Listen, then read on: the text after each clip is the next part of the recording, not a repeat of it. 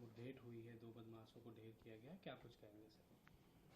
12 सितंबर को सुबह लगभग 3:45 बजे दिशा पटानी घर पर 2 अपराधियों ने फायरिंग की थी।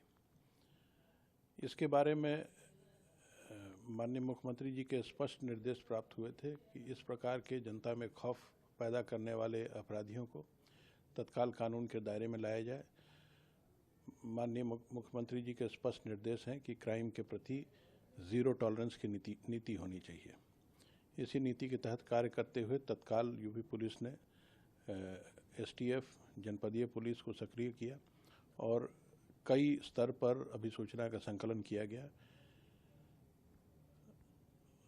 आसपास के आने जाने वाले रूट्स पर सीसीटीवी फुटेजेस निकाले गए, धरातल पर अभिसूचना संकलन किया गया, तकनीकी विश्लेषण किए गए, साथ ही आसपास के अन्य प्रदेशों में भी जो क्राइम रिकॉर्ड्स थे उनके क्राइम ब्रांच से प्राप्त कर फोटोग्राफ्स की मैचिंग कराई गई और इन अपराधियों को पहचाना गया। इनकी पहचान रविंद्र और अरुण के रूप में हुई। इसके अलावा ये भी जानकारी हुई कि 2 अन्य अपराधियों को रेकी के लिए इस्तेमाल किया गया था, उनकी ही पहचान कर ली गई है।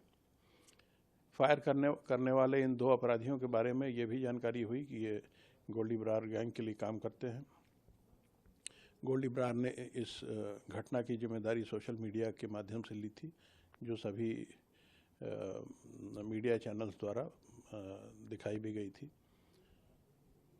एक चैलेंज के रूप में एक्सेप्ट कर इस गैंग को वर्कआउट किया गया और आज सायंकाल में एक मुठभेड़ में ये 2 शूटर्स मार गिराए गए।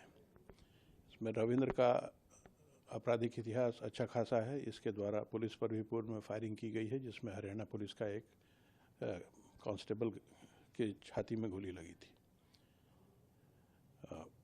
मुठभेड़ में इनके पास से 2 बहुत ही सोफिस्टिकेटेड पिस्टल्स बरामद हुए हैं, जिसमें एक जिगाना की पिस्टल है और एक ग्लॉक की पिस्टल है।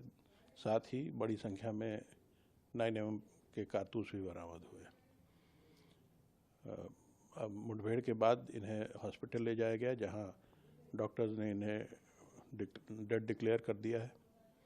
आगे की विधिक कार्रवाई की जा रही है। साथ ही इस गैंग के सभी छोरों की, इसके सारे मेंबर्स की जानकारी भी की जा रही है, ताकि संपूर्ण गैंग पर एक्शन लिया जा सके।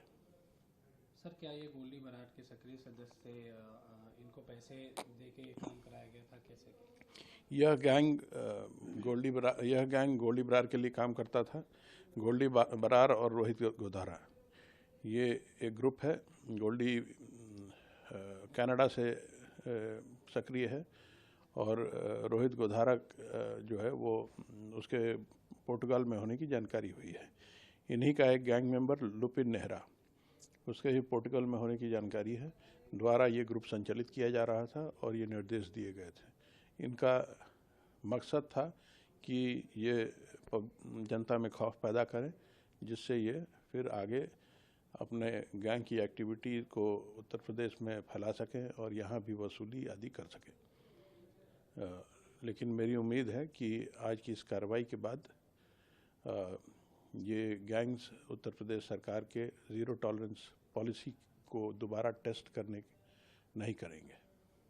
सर, क्या दिशा पटानी को भी इनके माध्यम से धमकी वगैरह कुछ दिया गया था? इसकी जानकारी मुझे नहीं है, लेकिन जो सोशल मीडिया पे उपलब्ध है उससे ये जानकारी मिलती है कि इनके द्वारा खौफ पैदा करने की कोशिश की गई थी, ताकि इनके गैंग का खौफ यूपी में भी फैल सके। सर, इनके पास से इंटरनेशनल हथियार जो बरामद हुए हैं, क्या लगता है? भारत में इंटरनेशनल हथियार बैन है, लेकिन फिर भी इनको कहाँ से मिल रहा है? इस प्रकार के हथियार इस तरह के ऑर्गेनाइज्ड गैंग से पास अक्सर देखे जाते हैं। इस पर भी पूरी जानकारी की जाएगी कि ये हथियार कहाँ से आए हैं, ये कारतूस कहाँ से प्राप्त हुए हैं, ताकि इन स्रोतों